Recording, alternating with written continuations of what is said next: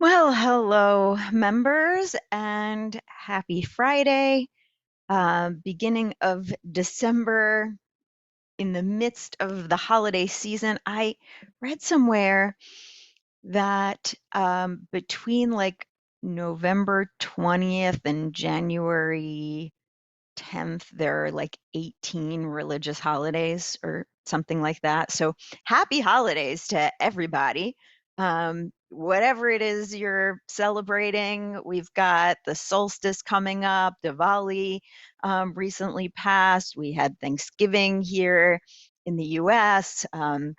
It's Christmas and Hanukkah and Kwanzaa and all kinds of exciting things. You know, every major culture has some sort of festival of light in the midst of the greatest darkness. And so let that be a lesson to us all that when things seem dark, we have a light to shine. And that I think can be really helpful in the midst of current events that feel very dark.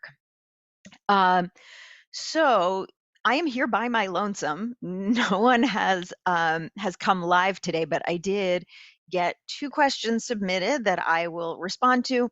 And then if anybody jumps on, then we can expand on that further. So let me switch over here to question one, which is understanding that everyone's yoga goals may be different. Is there an optimal amount of time that we should aim for in our daily practice? Wow. Okay. Well, the person who's asking the question is saying daily practice. And so that suggests that you will be practicing every day. And I do believe that we should be practicing every day, whatever that means. So, what do we mean by practice? I think is an important question. If we're talking about yoga practice, yoga is a toolbox. And there are lots of different practices that we can use from that toolbox.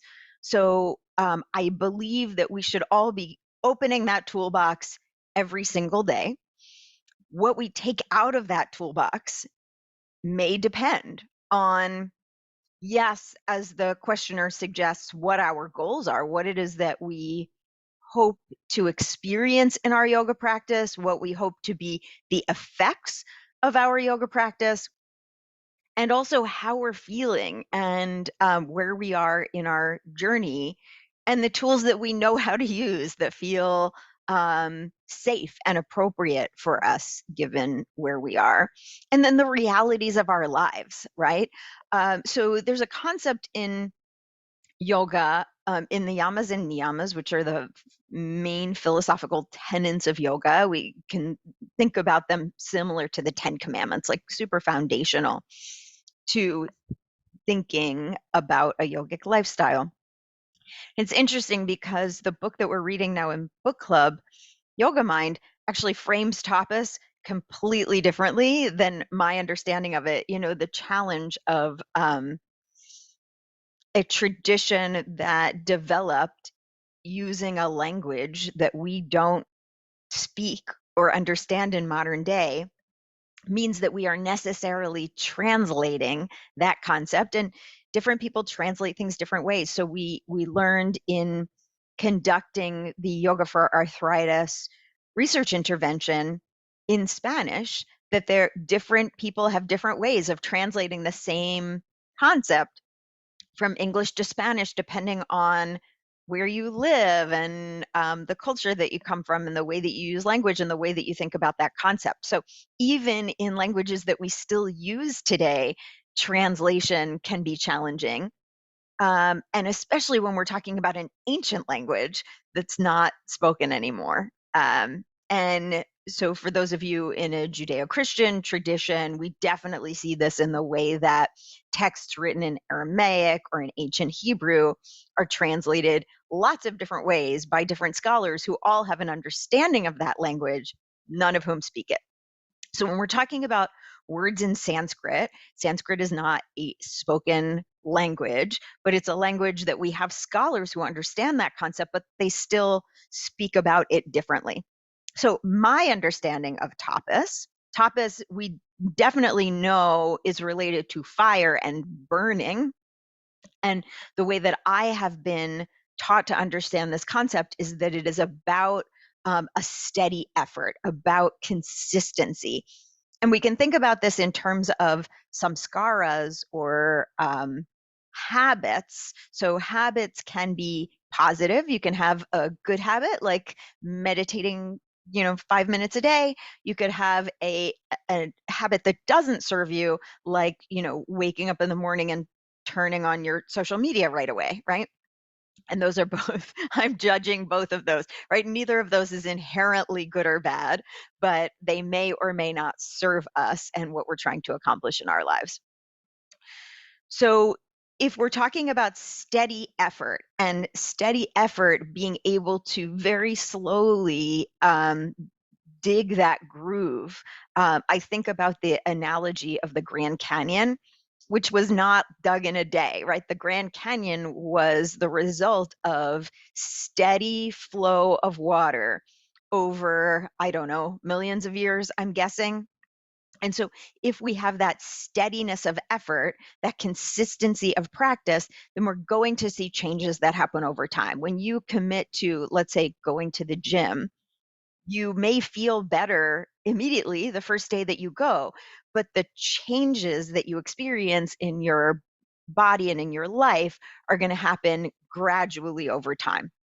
So that's one way that we can think about the consistency of our yoga practice, that no matter what we're doing, if we're doing something every day, it's going to build that groove slowly over time. So I would say the most important thing is to have a daily practice, that you are opening up that toolbox every single day and getting into the habit of using the tools of yoga consistently.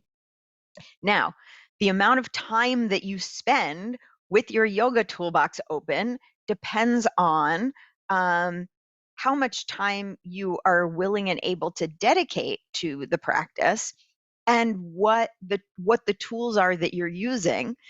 So, for example, if you're using the tools of asana, vinyasa movement, well, you may not be able to do that while you're also putting your kids to bed. Okay? But there are other practices like mindfulness, like non-harming, that you can be using while you're putting your kids to bed. And so using the tools of yoga doesn't have to necessarily be something that you carve out time for and say, okay, I'm going to spend an hour every day using the tools of yoga and nothing else. You may choose to do that. That may be what your daily yoga practice looks like. It may be, okay, I've carved out this hour, and within that hour, I want to use these tools. I want to make sure that I am doing joint mobilization and balance because that's really important to me to preserve. I want to engage in deep breathing because I want to regulate my nervous system better. I want to spend some time meditating because I know that changes the structure and function of the brain. And so you may say, I'm going to knock this out. I'm going to do this hour of practice, and then I'm going to trust that whatever I do in that hour is going to bleed into all of the other areas of my life. Because with consistency, I am changing the structure and function of my brain, the state of my nervous system, the function of my body. And that will serve me when I am not in that hour of practice, right? Those changes are going to serve me in other areas of my life. But I could also say, instead of or in addition to spending an hour on my mat doing practice, I'm going to intentionally open that yoga toolbox and I'm going to stand differently in line at the grocery store. My asana practice is going to be mountain pose in the grocery line. My breathing practice is going to be on my commute to work. My mindfulness practice is going to be every time I sit down to eat. That's all I'm going to do is I'm going to be mindful about the food that I'm putting into my body. My gratitude practice is that every night as I'm falling asleep, I'm going to go through in my head the things from that day that I'm grateful for. So it doesn't have to be, an hour that you carve out. In fact, you are building that habit of using your yoga toolbox if you're able to use it consistently throughout the day. And then ideally, it becomes that your life is the practice of yoga, that your toolbox is always open and you're always applying it by being aware of the way that you're breathing, noticing the state of your mind and emotions, engaging with people in a way that's not harming, being honest with yourself, keeping your body in motion, balancing rest and activity, that all of this, having a sattvic environment, right? There are endless tools of yoga that we could be using all day long. Now, I would caution that sometimes, and especially people who have been walking this walk for many years, people use I am living yoga as an excuse for not doing yoga. So, yoga is a state of being. It's a state of being in union, whatever that means to you. And it is also the things we do in order to achieve that state. So when we're talking about yoga as a state of being, that's one thing. And then there's also yoga as the stuff we do in order to achieve it. So if you want to be in that state of yoga, you have to use the tools of yoga to exist in that state. Now, some people are naturally more easily able to access states of yoga, and some people struggle. We all probably struggle in some ways and not others. And none of us is perfect. None of us exist in a state of yoga all of the time. I would say because if we did, we wouldn't be here unless you're a bodhisattva and you're just here to help everybody else, which is great. Thank you. And so I caution that that you don't want to say, "Well, I live my yoga, and so I don't do my yoga." Right? We want both. We want to be consciously choosing tools from that toolbox, either as a once a day practice or consistently throughout the day, or both. And we want to be noticing and appreciating those times that we are able to exist in a state of yoga. And sometimes we do the yoga and we don't feel the yoga. And that's fine too, because consistent practice, non-attachment to outcome, right? So when I was listing those practices that we might do, breath regulation for the nervous system, meditation for brain structure and function, those are all really goal oriented. Like I'm doing the yoga because I want the thing. But we also want to practice non-attachment, non-grasping, right? And so if we are only doing the yoga because we want the reward of the yoga, it's like only eating dinner so that you're allowed to have dessert, and then not appreciating the dinner for its own sake. So we can have the intention of the yoga practice facilitating certain changes in our lives. But if we're attached to this someday of like, if I do this, then I will get this reward, then I will finally have peace, then I will feel like I'm good enough, then other people will like me, then I will be welcomed into the gates of heaven, or whatever your perspective is. There is the practice for the sake of the practice. And then there is the stuff that may happen if we continue to do it. But we want to avoid grasping for this other thing, because what ends up happening is a magical thinking where we believe, well, if I only work harder, do more, keep going, then everything will be great and my life will be perfect and I will be living in peace forevermore. And that doesn't happen. Like when you finally get the promotion, when you finally lose the weight, when you finally get the marriage or whatever your dream vision for your life is, you get there and you realize you're still with you. And so if you're not able to be content in the moment with what is present, you are also not going to be content in that moment. When you're able to stand on one leg for 5 minutes, that is not going to bring you eternal peace, because you did the balancing poses with a discontent with what is, with a grasping for something else. And so there will always be something else to grasp for. So if your yoga practice can be a practice that you enjoy and appreciate in the moment for what it is, even when it's challenging, and maybe I would say especially when it's challenging, being able to be present with something that's a little bit uncomfortable that challenges us helps us to be content in a little bit of discomfort. Now, it's important to distinguish that from being unsafe, physically unsafe, psychologically unsafe, but it is healthy and adaptive to be able to be okay with a little bit of discomfort. An example is delayed gratification that lots of people today struggle with. Being able to be a little bit uncomfortable because your phone dinged and you're not reaching for it, or being a little bit uncomfortable because you're in your meditation practice and you're a little bit antsy. That's a skill that yoga teaches us. In terms of the research on dose, because I know the person is asking, like, how much time should I spend doing this?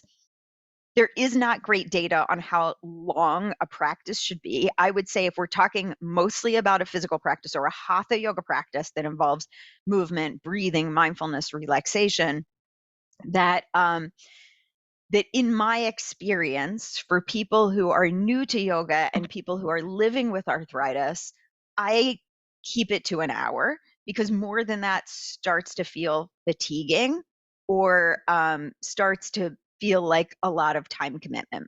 A standard yoga class is oftentimes 75 or even 90 minutes, depending on the tradition, but that can be a lot for some people, especially people who are living with pain.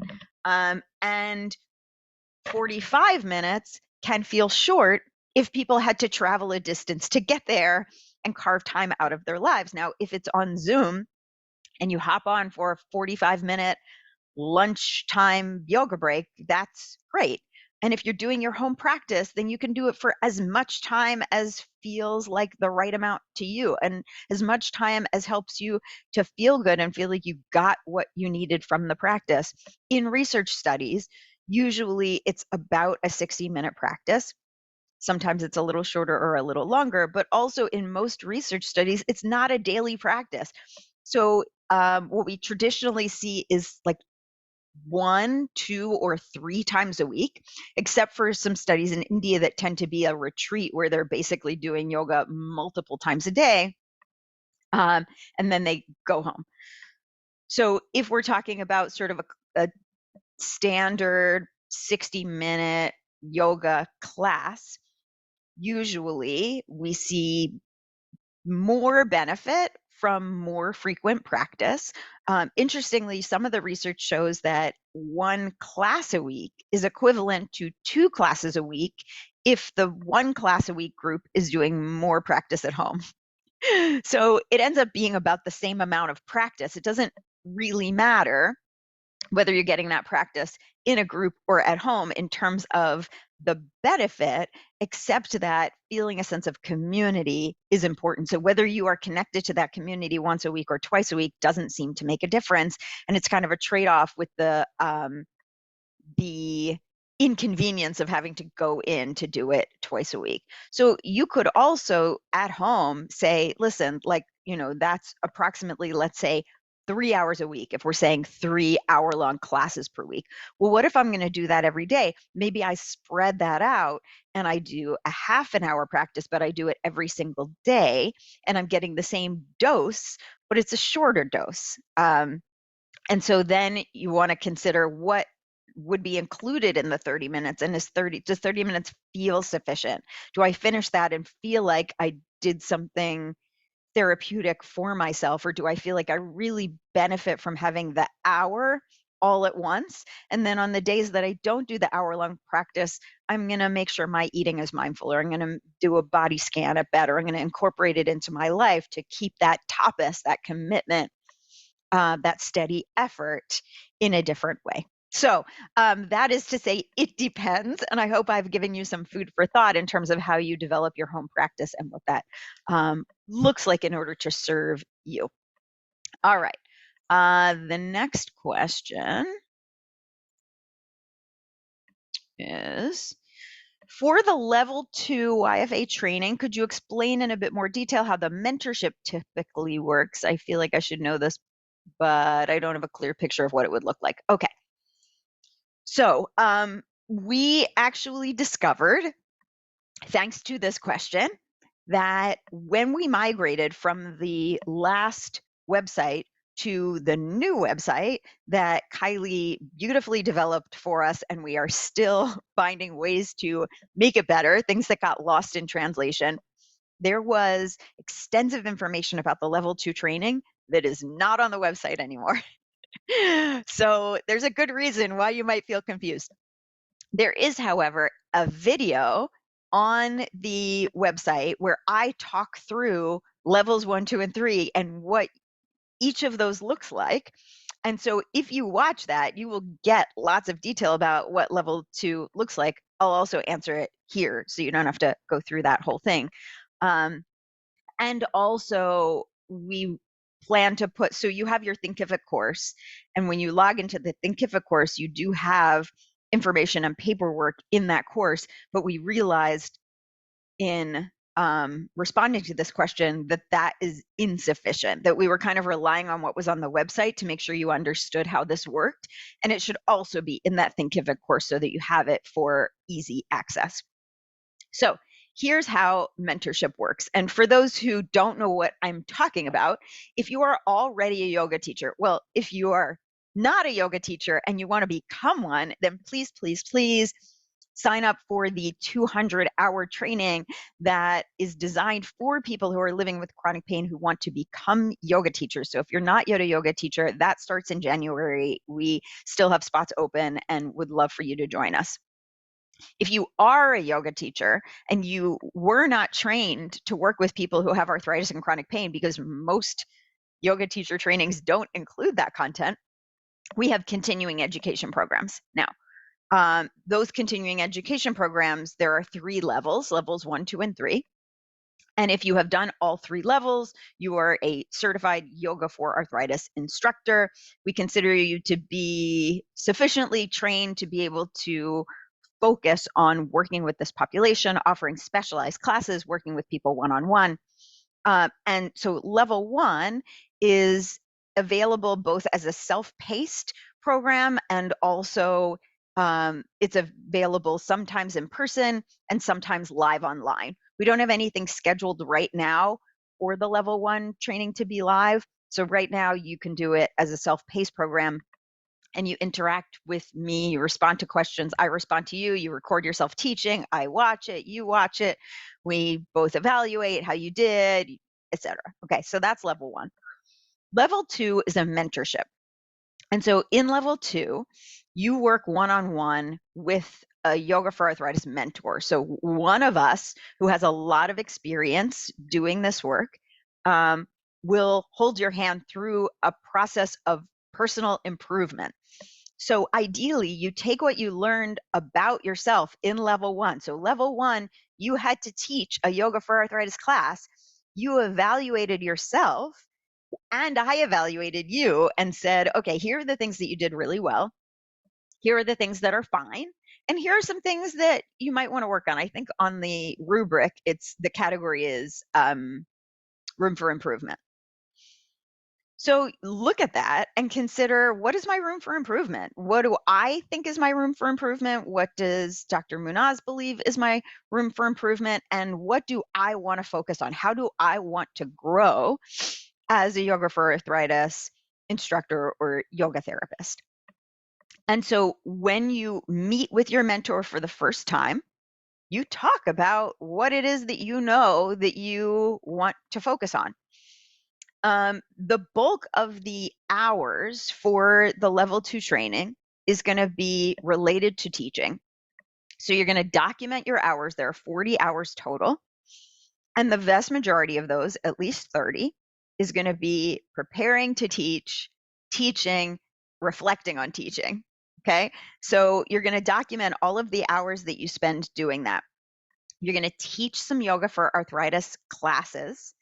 And the first one is going to get recorded. So you're going to record that for your mentor. You're going to watch it. Your mentor is going to watch it.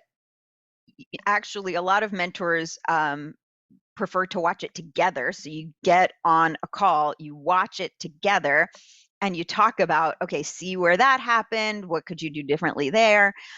Some mentors like to watch it in advance and then meet and talk about it.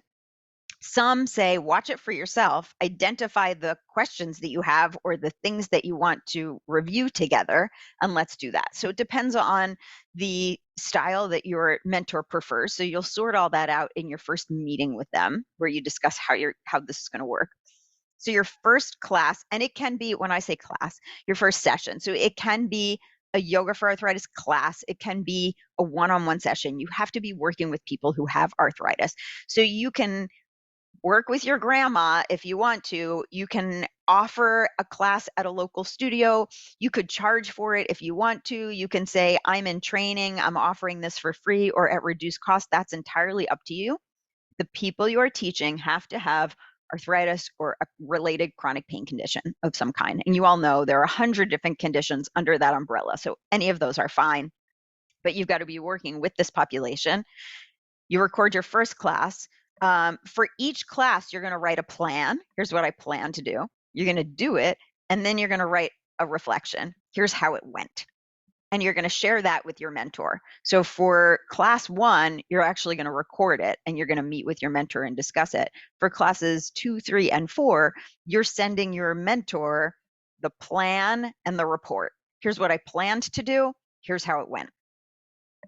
It's usually class 5 that then you're going to record again. And remember, you're tracking all of these hours as you go. Class 5, you record. So when you review class 1 with your mentor, you're looking for, what am I doing well? What are my challenges? How do I want to grow?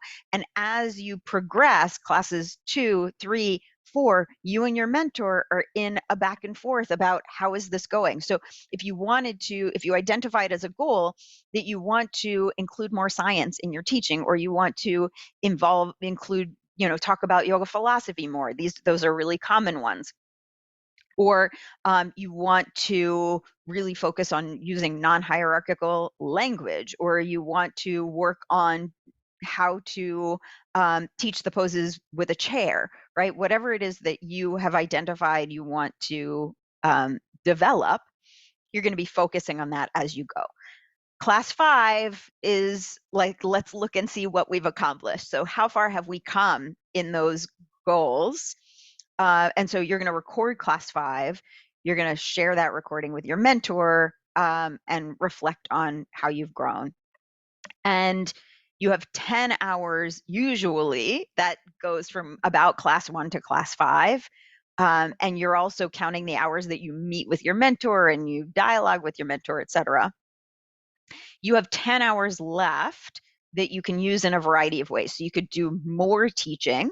You can use those 10 hours to disseminate information about yoga for arthritis. So you can write a blog article. You can write an article for your local newspaper. You can write up a case that you've worked with and submit that to a journal if that's something that interests you. You can develop a presentation that you want to give at your local arthritis foundation, or you can work on building bridges with rheumatologists or developing marketing materials.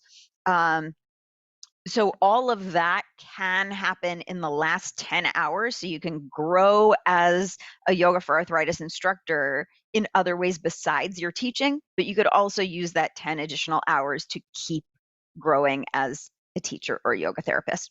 So that's level 2. By the end of level 2, 40 hours in just about every case, your mentor says, great, you have grown. I feel confident sending you off to level 3. So your mentor will let us know, yes, you have to, 1, complete the 40 hours and have that log filled out with the 40 hours and what they consisted of, and 2, have your mentor's blessing that you're ready for level 3.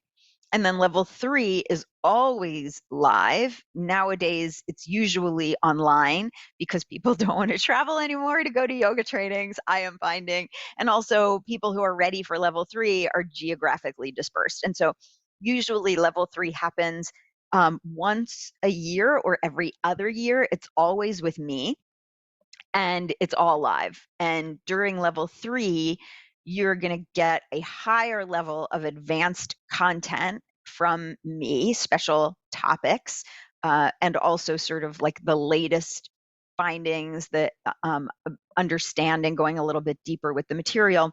Also, everyone who comes to level 3 explores a special topic of their own. So whether it's something that you're really familiar with because it's a condition that you have, or it's a population you work with, or it's something you're really interested in that you want to learn more about, like how can mudras be used by people who have arthritis when that can be difficult for hands? So, how might I think about mudra in yoga for arthritis?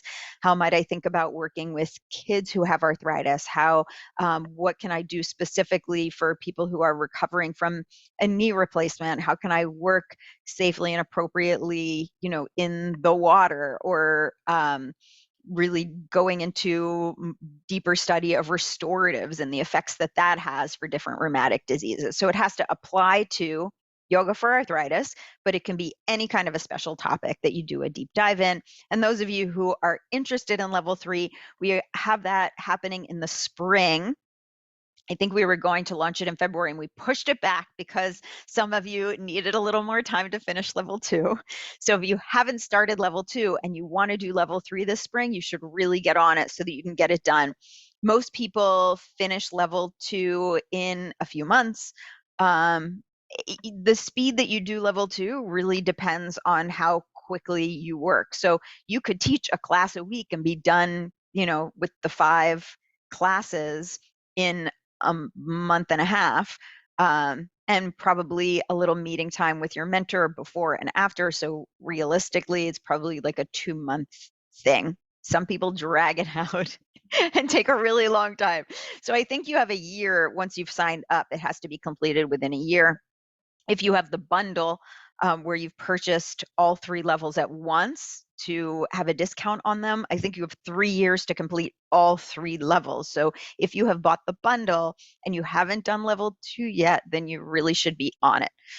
So hopefully that's a useful explanation of how level 2 works. The log is in the Thinkific course. All of the things about what counts for the 30 hours of teaching, and then also the 10 additional hours, that I believe is all in the Thinkific course as well. But we're going to look for the information that used to be on the website and make sure that we get that to you, both by getting it back on the website and also putting it in the Thinkific course. So I hope that was a helpful response to that question. And seeing as no one has joined, and I continue to be talking to myself and you all who are watching this recording, I think that concludes the December YFA member Q&A. Thank you all for being a part of this community, and I wish you all well.